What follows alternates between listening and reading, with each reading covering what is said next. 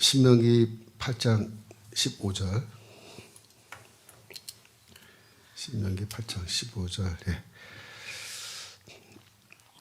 15절 그 위쪽에. 예. 너를 인도하여 그 광대하고 위험한 광야. 광야는 불뱀과 전갈이 있고, 그죠? 또 물이 없는 건조한 땅을 지나게 하셨으며, 또 너를 위하여 물 굳은 반석에서 내셨으며, 16절. 내 열조도 알지 못하던 광야 만나를 광야에서 내게 먹이셨나니, 이는 다 너를 낮추시며, 그죠? 낮추시고 너를 시험하사 마침내 내게 복을 주려 하심이었느니라. 광야를 왜 통과하게 하느냐? 궁극적인 목적은 하나님이 이스라엘을 괴롭혀서 즐거움을 얻고 그런 것도 아니고, 하나님이 무슨 그게 아니고 이제 복을 주기 위한 거다. 복은 뭐겠어요? 궁극적으로 이제 가나안 땅에 들어가게 하는 건데, 그 가나안 땅이란 건 뭡니까? 우리가 지난주에 말씀드렸죠. 가나안 땅이라고, 땅을 얻는다는 것은 이사야서에 보면 새하늘과 새 땅으로 그 차원이 한 차원 높여져 있고, 궁극적으로 하나님의 나라에 들어가게 하는 걸 나타내는 거다. 그렇게 말씀드렸습니다. 그래서 이 모든 광야의 과정은 한마디로 말하면은 이 연단이라는 단어로 요약될 수 있는데요. 욥기 23장 10절. 23장 10절. 예. 나의 가는 길을 오직 그가 아시나니 그가 나를 단련하신 후에는 내가 정금같이 나오리라. 그래서 단련이란 말이 나오고 정금이란 말이 나왔잖아요. 그래서 이 배경에는 뭐가 있냐면 고대 시대의 그 야금술이라 그럽니다. 야금술은 금속을 이제 재련해서 내가 원하는 금속을 뽑아내는 그 기술을 말하는 건데, 원래 고대 시대에 이 금을 얻는 과정이라는 것이 이 용광로 같은 그런 불을 떼가지고 거기서 금속을 녹여서 이제 불순물을 제거해서 비로소 순수한 금이나 은을 이제 얻어내는 그걸 말한 거거든요. 이런 말씀이 사실 성경에 많이 나와요. 잠언 25장 4절. 잠언 25장 4절. 은에서 찢기를 제하라. 그리하면 장색에 쓸만한 그릇이 나올 것이요. 여기 보면은 이제 은을 얻기 위해서 은 전 단계가 뭐냐면 은과 기타 불순물이 섞여 있는 그 혼합금이라는 게 있죠. 혼합금속. 그거를 불에 끓여가지고 은이 아닌 불순물을 제거해내는 그런 과정을 거쳐서 은을, 순수한 은이죠. 순수한 은을 이제 얻어내는 그 기술을 말하는 건데, 이런 모든 기술은 다 뜨거운 불에 아주 가열을 세게 해가지고 금속을 분리해내는 걸 말하는 거예요. 이사야서 1장 22절. 너의 은은 찢기가 되었고 너의 포도주에는 물이 섞였도다. 그래서 포도주에 물을 섞어서 그걸 100% 포도주라고 팔면은 그건 속이는 거죠. 그래서 그 물이 섞여 있는 포도주는 사실은 불순물이 섞여 있는 포도주인 것처럼, 여기 은도 순수한 은이라 해야 되는데 은과 은이 아닌 것이 섞여져 있는 상태, 그 뭐냐면 찢기라고 표현되어 있는데, 이게 혼합금 상태를 말하는 거예요. 혼합된 상태. 그래서 이스라엘 백성이 지금 이런 상태라는 거예요. 그래서 하나님이 이스라엘을 심판하겠다, 그렇게 말씀하시는 건데, 그 단련이라는 말, 연단이라는 말, 이런 거는 전부 다 뭘 말한 거냐면은 이러한 그 불순물을 제거하는 거죠. 그래서 제가 그 인터넷에 좀 이제 찾아봤어요. 고대 시대에 어떻게 이런 야금술을, 기술을 행했는지. 그래서 이 광석이 있으면은 광석을 이제 잘게 쪼개가지고 그걸 이제 끓이는데, 거기에 먼저 이제 황을 넣어서 끓이면요, 철하고 황이 결합돼서 이제 철이 제거가 되고, 그러고 나면은 이제 납과 은, 혼합물이 남는다는 거예요. 그러면 그걸 또 끓여가지고 이제 금속이 녹는 그 온도가 서로 다르거든요. 그래서 먼저 납을 녹여가지고 납을 살살 이렇게 떠내가지고 제거하는 거예요. 그래서 최대한 납을 다 제거하고 나면은 그러면은 은만 남는 거죠. 근데 그 온도 조절을 잘해야 이게 납을 제거할 수 있는데 온도 조절에 실패해가지고 은과 납이 다 부글부글 끓으면서 다 합쳐져 버리면은 분리가 안 되고 그러면은 그거는 혼합 상태인데 못 쓰는 그런 버려야 되는 그런 상태의 은과 납의 혼합물이 된 거죠. 가치 없다는 거죠. 버리는 겁니다. 그 아래 25절로 내려가시면은 내가 또 나의 손을 내게 돌려 너의 찢기를 온전히 청결하여 버리며 너의 혼잣물을 다 제하여 버리고 그렇게 되어 있는데 여기 보시면은 이제 내가 나의 손을 돌려 요거 이제 개역 개정판 보면 너의 찌꺼기를 잿물로 씻듯이 녹여 청결하게 하며 그죠? 온전히 청결하여 그 잿물로 씻듯이 녹여 청결하게 하며 그래서 내 혼합물을 다 제하여 버리고라고 했는데 이 잿물 양잿물을 말하는 걸로 보는데 사실은 이제 양잿물이라기보다는 그 비슷한 화학적 성분이 있는 건데 알칼라인 솔트라는 게 있다는 거예요. 고대 시대도 사용했는데 알칼라인 솔트를 납과 은이 혼합되어 있는 데다가 집어넣어서 같이 끓이면은 이 알칼라인 솔트 그러니까 소금 근데 알칼리 소금이죠. 알칼리 소금과 납이 이렇게 결합이 된대요. 그래서 결합된 거를 갖다 버리면은 은만 남아서 이제 은을 얻어내는 일종의 그 화학적인 결합을 사용해서 그때 시대에도 은을 얻어내는 그런 기술이 있었는데 그걸 이제 반영한 구절입니다. 이사야서 48장 10절 보라 내가 너를 연단하였으나 은처럼 하지 아니하고 너를 고난의 품무에서 택하였노라. 이스라엘 백성들을 이제 연단하는데 고난의 풀무불이라서 풀무는 뭐냐면요. 이게 금속을 가열할 때 이제 불을 지피는데 거기에 이렇게 바람을 불어넣는 기구가 있어요. 그걸 풀무라 그러는데 고대 시대에도 풀무가 있었는데 이렇게 접었다 폈다 하면은 구멍이 있어서 그 구멍으로 바람이 슝슝 나가는 거예요. 그 불에다 놓고 이거를 계속 풀물을 이렇게 슝슝슝 바람을 불게 하면은 불이 더 잘 타가지고 온도가 막 올라가는데 그래서 이제 비유적인 표현인데 고난의 풀무, 불 이렇게 얘기하죠. 그래서 이 하나님의 연단이라는 것이 사실은 다 이 고난을 포함하고 있다라고 이렇게 얘기하는 겁니다. 예레미야서 6장 29절. 예레미야서 6장 29절. 풀물을 맹렬히 불면 그 불의 납이 살라져서 단련하는 자의 일이 헛되게 됐느니라. 이와 같이 악한 자가 제하여지지 아니하나니. 아까 말씀드린 것처럼 무조건 온도를 막 높인다고 좋은 게 아니고 그래서 너무 높아지면 은과 납이 완전히 다 섞여버리기 때문에 단련하는 재련을 하는 그 일이 헛되이 되어버린다. 그죠? 비유적인 표현이죠. 그래서 하나님께서 고난을 주시는데 적당한 온도로 적당한 정도로 고난을 주셔서 목적은 뭐냐면 우리 안에 있는 불순물이 제거되게 하는 거예요. 6장 30절 보면 사람들이 그들을 내버린 은이라 칭하게 될 것은 나 여호와가 그들을 버렸습니다. 그래서 은이 아닌 불순물을 이제 제거해서 불순물을 이제 내어버린 은이다. 그렇게 이제 여기서 표현한 건데 불순물을 제거한다라는 것이 이제 비유적으로 무슨 뜻이냐 해석을 하면은 아까 정광 목사님 설교에 보면은 잔꾀를 죽이는 것이라는 것.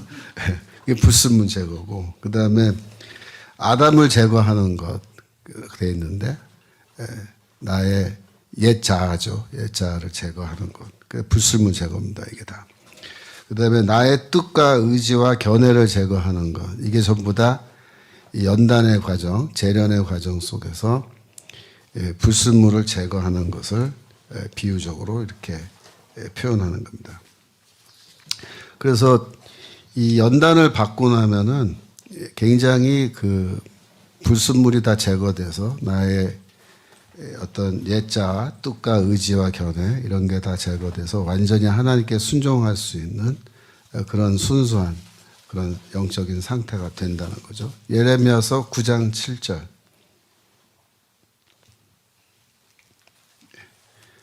만군의 여호와께서 이같이 말씀하시되 보라 내가 내 딸 백성을 어떻게 처치할고 그들을 녹이고 연단하리라. 이게 전부 다 고대 시대 야금술을 하나의 그 재료로 해서 하나님이 이렇게 비유적으로 말씀하신 거예요. 그래서 많은 고난을 줘서 그들 가운데서 악한 자들을 제거하고 또 백성들 안에 있는 불순물을 제거해낸다라는 거죠. 사사기 7장 4절. 사사기 7장 4절. 거기 보면은 거기서 내가 너를 위하여 그들을 시험하리라 라고 되어 있는데 이 시험한다라는 단어가 아까 예레미야서 9장 7절에 나왔던 녹이다라는 동사입니다. 히브리어로 차랍라고 하는 단어인데 이게 녹이다. 불을 막 떼서 녹이다. 연단하다. 근데 여기서 시험한다라고 그렇게 이제 번역을 했어요. 시편 26편 2절. 시편 26편 2절. 여기에도 2절. 26편. 네. 여호와여 나를 살피시고 시험하사 내 뜻과 내 마음을 단련하소서. 그런데 이 단련하다라는 말하고 시험하다라는 말이 사실 같은 단어예요. 이게 다 차랍. 시편 66편 10절. 66편 10절. 하나님이여 주께서 우리를 시험하시되 우리를 단련하시기를 은을 단련함 같이 하셨으며 그러니까 단련하다라는 동사와 시험하다라는 동사가 같은 단어예요. 아까 말한 차랍. 그래서 이게 불을 막 떼가지고 녹인다라는 그런 뜻의 단어입니다. 다니엘서 12장 10절. 많은 사람이 연단을 받아 스스로 정결케 하며 희게 할 것이나, 그죠? 연단을 받아서 불순물이 제거되면 정결하게 되죠. 그것을 희게 되었다, 하얗게 되었다. 흰색은 순수함을 나타내니까요. 그죠? 11장 35절. 여기도 마찬가지인데, 다니엘서 11장 35절. 지혜로운 자 몇 사람이 쇠퇴하여 무리로 연단되며 정결케 되며 희게 돼요. 그죠? 연단되어서 불순물 제거돼서 정결하게 되고 하얗게 됐다. 말라기 3장 2절.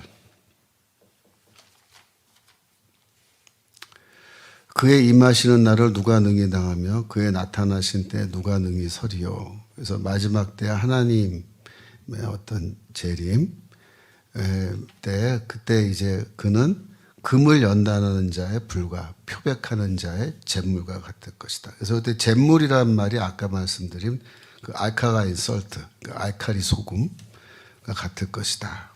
그래서 이 3절로 내려가시면 그가 은을 연단하며 깨끗게 하는 자 같이 앉아서 레위 자손을 깨끗게 하되 금, 은같이 그들을 연단하리니 이렇게 되어 있죠. 그래서 하나님의 백성 특별히 뭐 레위기 자손이라고 되어 있는데 레위 자손을 아주 순수한 정금 혹은 깨끗한 은으로 이렇게 만들어내신다.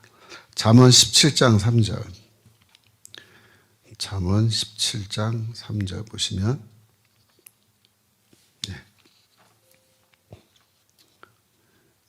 17장 3절. 도가니는 은을 풀무는 금을 연단하거니와 여호와는 마음을 연단하시느니라. 그래서 하나님의 이 광야로 하나님께서 우리를 광야로 내모시고 거기서 고난을 당하게 하고 이렇게 하시는 것은 다 뭐냐면은 이 연단의 과정인데, 아까 금속을 가지고 비유적으로 다 이렇게 얘기했습니다만, 궁극적으로 뭐냐면 우리의 마음을 연단하신다. 우리 마음 속에 있는 잘못된 생각, 그죠? 또 더러운 생각. 그래서 마음과 우리의 생각을 깨끗하게 하신다는 거예요. 스가랴서 13장 9절. 스가랴서 13장 9절. 내가 그 3분의 1을 불 가운데 던져 은같이 연단하며 금같이 시험할 것이라. 이렇게 말씀하셨는데, 이 불을 던져서 그들을 이렇게 깨끗하게 연단한다라고 할 때, 이 불은 이제 궁극적으로 성령을 나타내는 거죠. 성령의 불. 그러니까 오순절 때도 성령이 불같이 임했다 그러는데, 그 불은 뭐냐면은 태워서, 더러운 것을 다 태워서 정결하게 하는, 더러움을 소멸시키는, 정결하게 하는 영을 말씀하신 거거든요. 그래서 성령을 받아서 성령 가운데에서 우리가 연단을 받아야 되는 거예요. 그러니까 한편으로는 고난 가운데에서 고난을 경험하는데, 특별히 그때 하나님의 성령이 우리 안에 들어오셔서 성령께서 우리를 내면 속에서 정결하게 하는 그 역사, 태우는 역사, 그게 동시에 같이 병행돼야 된다는 겁니다. 신약 성경의 말씀 보시면 로마서 5장 3절, 로마서 5장 3절. 우리가 환난 중에도 즐거워하나니, 왜냐하면 환난은 인내를 낳고 인내는 연단을 낳고, 그죠? 연단은 소망을 이루기 때문에 우리가 오히려 환난 중에도 즐거워한다. 그러니까 광야 생활을 하면서 슬퍼할 게 아니라 즐거워해야 된다. 기뻐해야 된다. 왜? 환난은 인내를 낳는데, 인내란 거는 장기간, 긴 시간 동안 견디는 걸 말하는 거예요. 그래서 이 광야 생활이 짧지 않단 말이에요. 길단 말이에요. 긴 기간 동안에 그걸 견뎌야 돼요. 인내하면서. 그래야 연단을 받는 거예요. 그래서 이 광야 생활 때는 환난을, 고난을 없애달라, 중단해달라, 그렇게 기도하시면 안 되고 그때는 어떻게 기도해야 되냐면, 이 긴 환난을 이길 수 있는 힘을 달라고 그렇게 기도를 하셔야 되는 거예요. 그래야 연단이 되기 때문에. 빌립보서 2장 22절. 디모데의 연단은 너희가 안 하니 자식을 아비에게 한 같이 나와 함께 복음을 위하여 수고했다. 그래서 디모데는 바울과 함께 이미 전도하고 이렇게 하면서 장기간의 고난을 받아서 이미 다 연단이 되어 있다는 거예요. 그래서 디모데가 바울의 후계자가 되는 겁니다. 베드로전서 1장 7절. 베드로전서 1장 7절.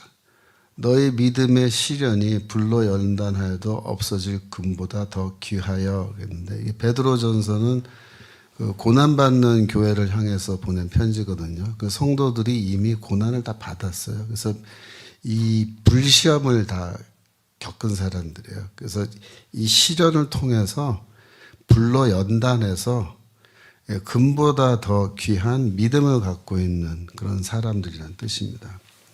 베드로전서 4장 12절. 베드로전서 4장 12절. 사랑하는 자들아, 너희를 시련하려고 오는 불시험을 일상한 일 당하는 것 같이 이상히 여기지 말고. 그죠? 그래서 이 광야의 체험인데, 고난을 초대교회 성도들이 핍박을 받고 고난을 당하는 건데, 그것을 불시험이라 그래요. 연단받는 거죠. 근데 그걸 이상한 일로, 왜 이런 일이 일어나지 우리한테? 그렇게 생각하지 말고, 맞아, 당연해. 우리는 이 광야의 기간을 통과해야 돼 라고 생각하라는 거예요. 13절. 오직 너희가 그리스도의 고난에 참여하는 것으로 즐거워하라. 이렇게 이야기하죠. 히브리서 12장 11절. 히브리서 12장 11절. 무릇 징계가 당시에는 즐거워 보이지 않고 슬퍼 보이나 후에 그로 말미암아 연단한 자에게는 의의 평강한 열매를 맺나니. 근데 여기에서는 이제 그 히브리에서는 연단 받는다라는 말을 어떤 동사에 썼냐면 굽나조라는 동사에 썼어요. 굽나조. 이 굽나조라는 동사가 이제 영어의 짐네이지엄, 체육관이라는 뜻이죠.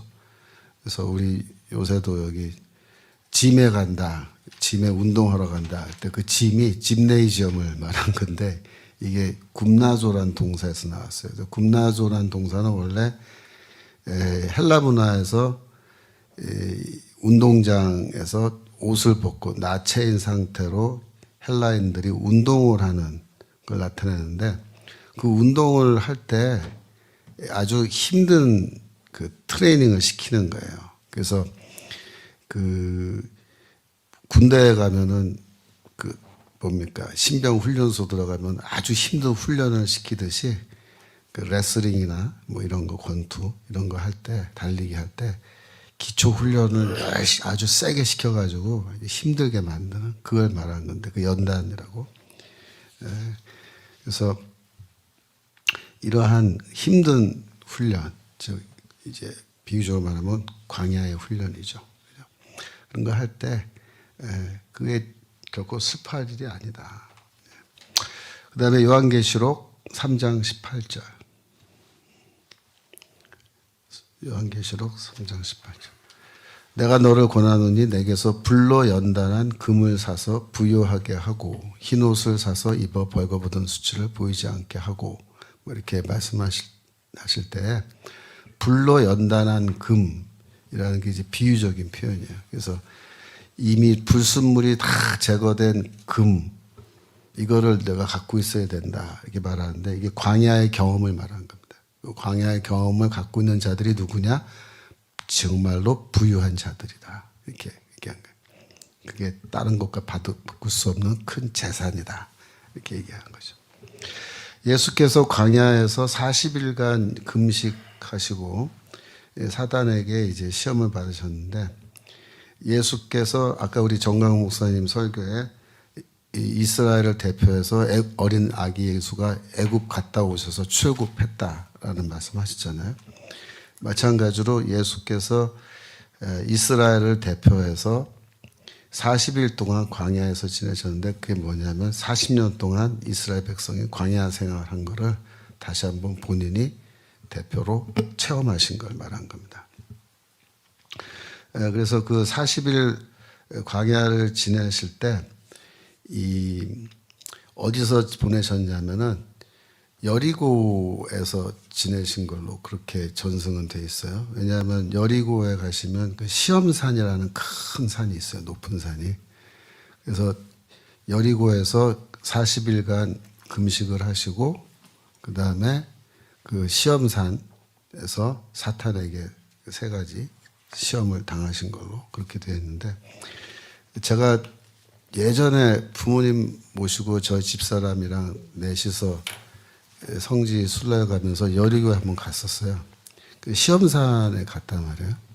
근데 시험산에 가면 뭐가 있냐면 시험산 수도원이 있어요.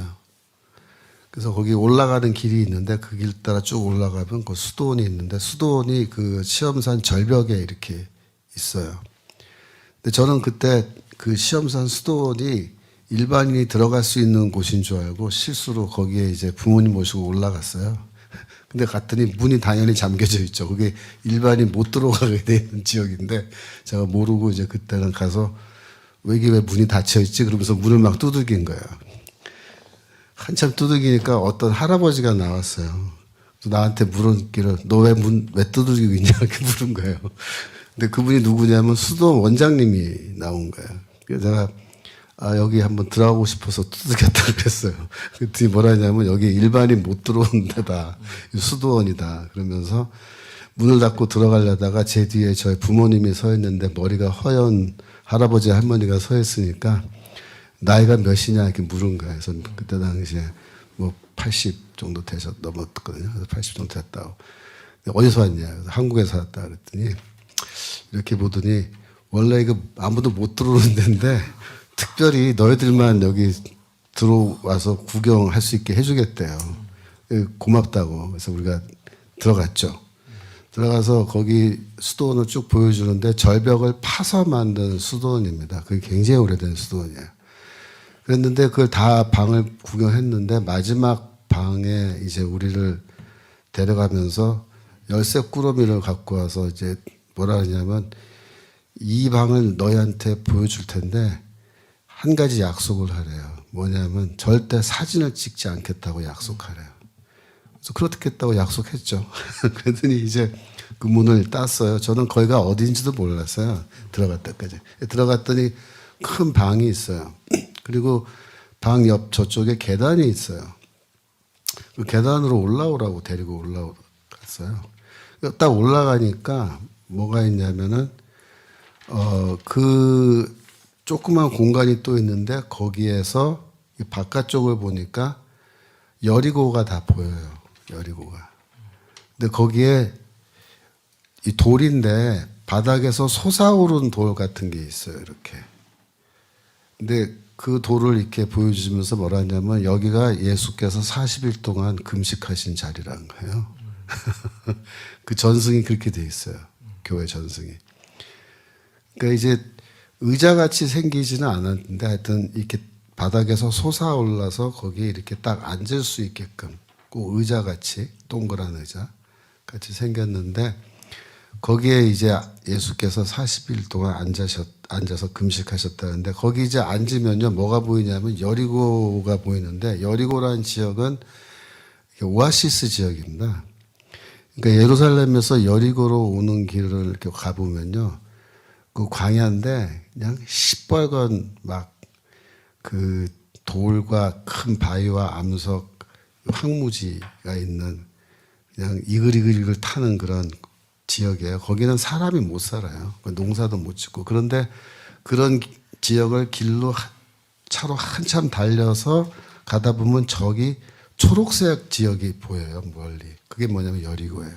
거기 가면 오아시스가 있고 여러분들이 잘 아는 그 삭개오 이야기 있죠. 그 여리고에서 일어난 사건인데 거기 가면 삭개오 나무가 있고 막 그래요. 그래서 여리고에 그 샘이 있어요. 오아시스죠. 바닥에서 막 올라오는 샘인데 그 물을 보호하기 위해서 쇠로 큰 창고같이 이렇게 건물을 지어놓고 그 물을 보호를 해요. 근데 제가 거기도 한번 들어가 본 적이 있어요. 거기 이제 관리인이 있는데 열쇠를 갖고 있는 관리인을 이제 전화로 불러가지고 돈을 좀 줘요. 달러로. 저희 학생들이 인수하고 갔을 텐데 그때는 요즘 문 좀 열어서 구경 좀 하게 해달라. 학생들 들어가서 절대 그 수자원이기 때문에 그 뭐 던지거나 그러면 안 된다. 주의사항 듣고 들어갔는데 정말로 밑에서 물이 막 콸콸콸 올라오는데 거기 한여름에 들어가면요 추워요. 에어컨 틀어놓은 것처럼 얼마나 물이 차가운지. 근데 그 물로 농사 짓는 거예요. 사람들이 식수로서. 그러니까 그 시뻘건 그 광야에 농사를 지을 수 있는 곳인데 제가 이 말씀을 왜 드리냐면 예수께서 광야에서 금식하셨다 그럴 때 그 시험상 동굴에서 이제 40일 동안 금식을 하셨는데 그 예수가 금식한 장소 바깥이 뭐냐면요. 그 여리고 그 땅이 뭐냐면요. 그 밭이에요, 밭. 근데 그 밭에 예전에 헤롯의 그 여름 궁전이 있었다라는 그 말이 있어요. 그 정도로 그 지역에 농사를 지으면요. 너무 농사가 잘 되는 거예요. 그래서 제가 여리고 그 시장에 가서 포도를 좀 사서 먹어봤는데 포도 한 송이를 사려고 이렇게 집어들었는데 이게 한 송이가요. 주르륵 따라 올라와요. 제 키만 해요. 근데 포도알이 이렇게 굵은데 한 송이를 사려면 그 전체를 다 사야 돼요. 사서 호텔에 가져와서 씻어서 먹어봤는데 정말 달아요. 왜냐하면 기후가 쨍쨍 그 햇빛이 하루 종일 막 그러니까 그 12달 그렇게 내리쬐는 곳인데 그러니까 예수께서 금식을 하신 곳이 어디냐면은 그런 농사를 져서 과일과 농산물이 풍부한 그런 것을 앞에 놓고 금식을 하셨어요. 그래서 제가 비유적으로 이렇게 말하는데 예수께서 금식한 장소가 어디냐면 뷔페 식당 앞에서 금식을 하셨다. 40일 동안. 그렇게 얘기를 제가 하는데 가서 보니까 그렇게 돼 있더라고요. 그래서 예수께서 광야에서 40일 동안 그 금식하셨는데 그래서 사탄이 찾아와서 이 돌로 그 떡을 만들어서 먹으라라는 그런 시험을 하는 것이 정말 더 실감이 나는 그런 대목인데 그 이스라엘 백성이 광야에서 사실 하나님을 아까 우리 병 교수님 말씀하신 것처럼 10번이나 시험했다 그러잖아요. 근데 만나 메추라기로 먹이셨는데 그때마다 불평하고 또 아담이 에덴에서 먹는 것 때문에 망했잖아요. 그죠? 그래서 아담도 망했고 이스라엘도 실패했는데 광야에서 예수는 실패하지 않았다라는 거 보여준 거고 그 다음에 나에게 절하라라는 거는 그 이스라엘이 광야에서 모세가 잠깐 자리 비운 사이에 금송아지 만들어 놓고 금송아지한테 절했잖아요. 실패한 거죠. 그죠? 그런데 예수께서는 이스라엘의 실패를 반복하지 아니하시고 오직 여호와 하나님만 예배해야 된다, 경배해야 된다 이렇게 말씀하시면서 그 모든 시험조차도 다 물리치신 거예요. 그래서 이 연단을 받으시고 그 다음에 사탄과의 분리, 근데 마지막 사탄의 시험이죠. 근데 그것을 능히 이기셔서 이제 출애굽한 이스라엘이 광야 생활을 거치면서 이제 드디어 요단강 건너서 가나안 땅으로 들어갈 수 있는 그래서 우리를 이 하나님의 나라로 가나안 땅으로 적과 꿀이 흐른 땅으로 인도해 내실 수 있는 그런 자격을 갖고 계시다는 것을 보여주는 장면이라고 생각합니다. 여기까지 하겠습니다. 감사합니다. 네, 감사합니다. 오늘